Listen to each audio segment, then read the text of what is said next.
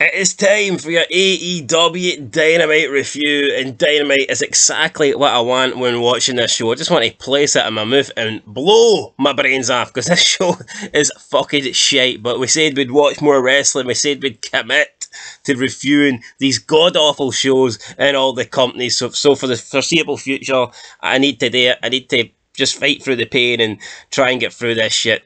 I think there's a Daniel Bedingfield song, I gotta get through this. Well, that's what we need to do. We gotta get through this shit.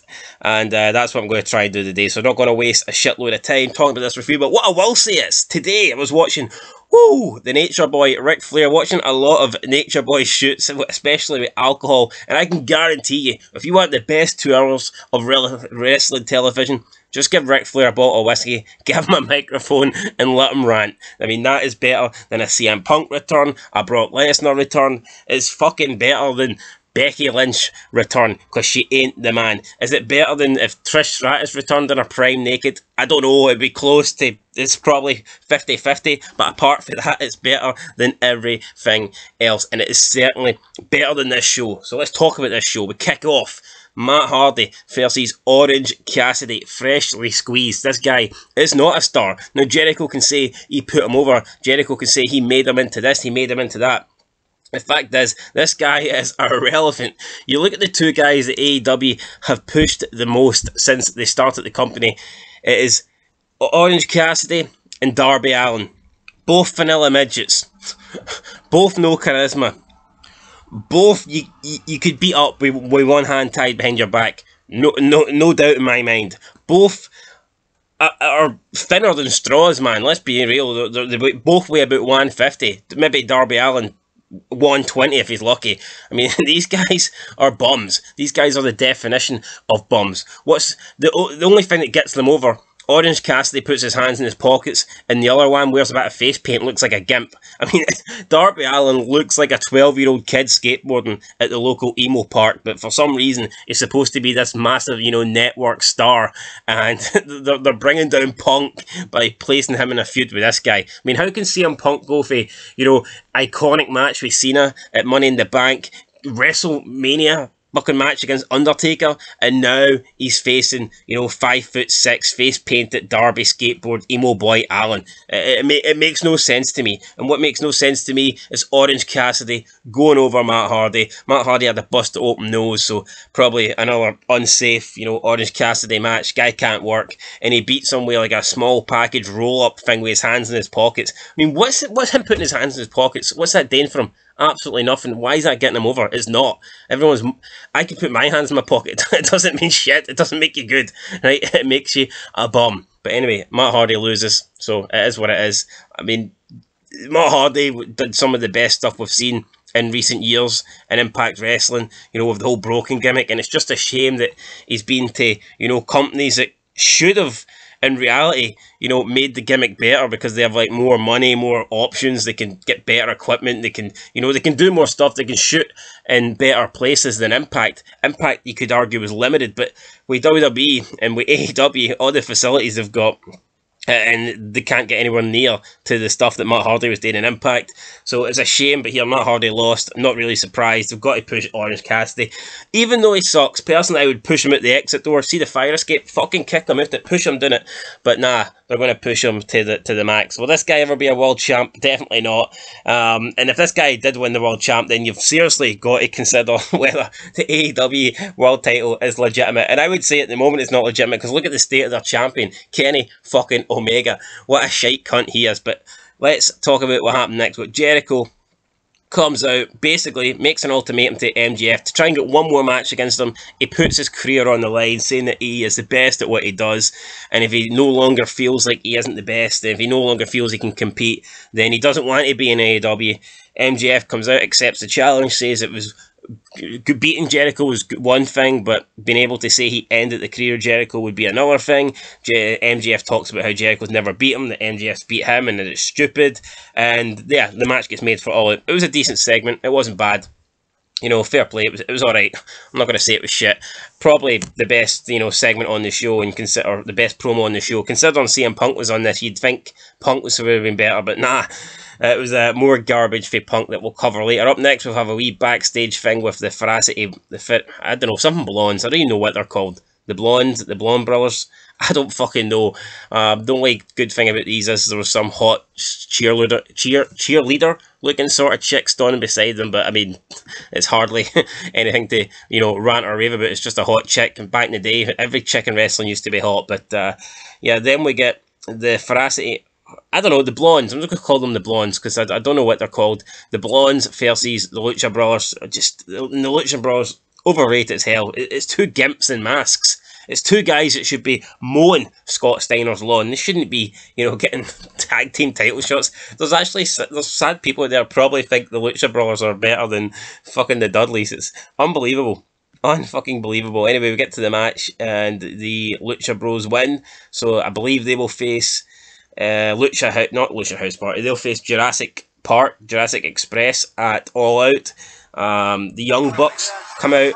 Jesus Christ, the Young Bucks come out to try and attack them or whatever, but they team up and they fight them off. Really shit. Up next with someone that looks a bit like Becky Lynch, but I've no idea who she is. She takes on Red Velvet. Awful match. Red Velvet moonsaults, completely misses everything, and then the one that looks like Becky Lynch hits a couple of sloppy moves and puts her away. Then it's a 3-on-1 beatdown, and the alien-looking chick comes out, makes the save, Chris Statlander, or whatever she's called, and it's going to be Statlander versus Britt Baker at All Out, another match that could not care about. We then had an awful promo from the Dark Order, the leader, or the guy in the suit with a mask. Very squeaky voice, squeakier than mine, unbelievably squeaky. I cannot believe this guy is supposed to be taken serious. People are saying that Bray Wyatt should join the Dark Order. What? I mean, fucking Bray Wyatt looks like a star, and you want to put him with these fucking baboons, these goofballs. No chance at the Dark Order. No wonder Brody's did. He stuck him with these people. If he stuck me with the Dark Order, I'd have killed myself too, right? And you might think that's harsh, but fuck, these guys are terrible.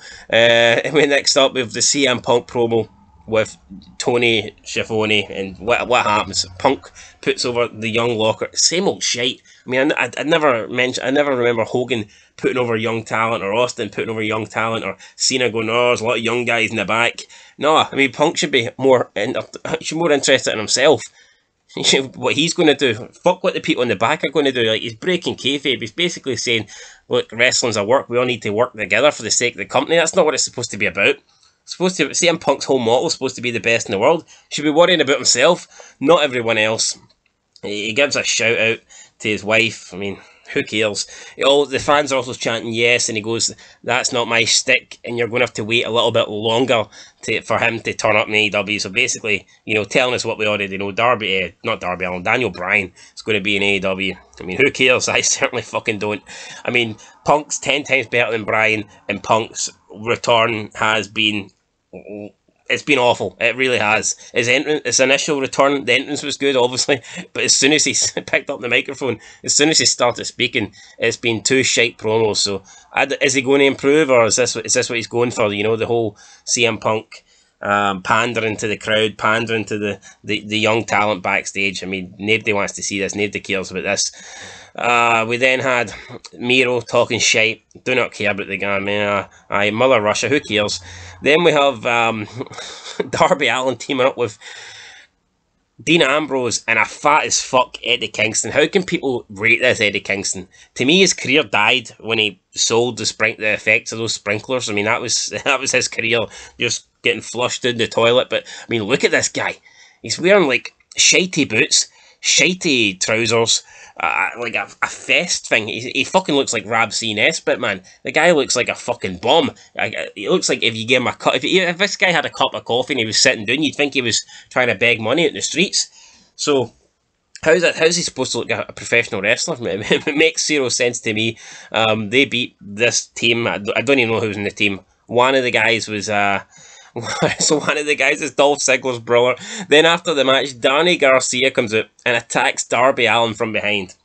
Now, CM Punk's supposed to be having a match with Darby Allin. You're supposed to believe Darby Allin can beat CM Punk. You got attacked from behind with this other midget called Danny Garcia, who looks like the rest of them fucking bums, and then the referee comes over, pushes Danny Garcia, and Danny Garcia falls out the ring. I mean, could you imagine back in the day, a ref in the 80s pushing Hogan, and Hogan falls out the ring and sells it? I mean, what the fuck was this? A ref pushing Austin, and Austin falls out the ring and sells it? A ref coming in pushing Brock Lesnar, and Brock Lesnar falls out the ring and sells a little push for a referee, man. Unbelievable. So the ref pushing this guy made him fall out the ring, and the guy backtracks up the ramp. Unreal. Fucking unreal. Eddie Kingston might be the most overrated guy in wrestling. I mean, for me, he's not even good on the mic. I've heard him speak. He sucks, right? He fucking sucks. I mean, Dean Ambrose in WWE looked like an absolute fucking midget. Did not look like there was an ounce of muscle on the guy.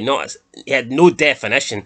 But in AEW, he looks like a fucking giant. He looks like a beast. Because everyone else in this company, you know, is either skinny as fuck or fat as fuck. And there's like no in between. So now Dean Ambrose actually looks like a muscle guy. We then had a Kenny Omega promo. Christian Cage came out. They, you know, had a wee discussion. Dean Ambrose was there. With the Gun Club as well. They took on somebody, I have no idea who it fucking was. But again, got some matches advertised for next week. And then Malachi Black came out. He beat Arn Anderson's son. After the match, he kicked Arn Anderson. And that was it, really. That was how they went off the air. The Andersons laid out in Malachi Black celebrating. Awful, man. Awful. I'll give this show... I'll give it a 1. The reason I'll give it a 1 is I thought the Jericho MJF stuff was alright. It deserves a -10 though, for CM Punk being so fucking shit. How can a guy that is so good be so shit after just 2 shows, 2 appearances, and the guy's dead already? I mean, the anticipation for his comeback, you know, I was excited. I'm a massive CM Punk fan, but they fucking killed him. This is terrible.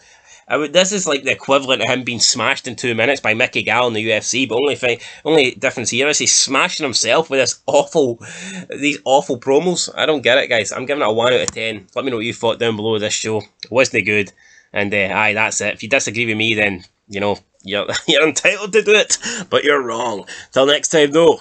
Peace.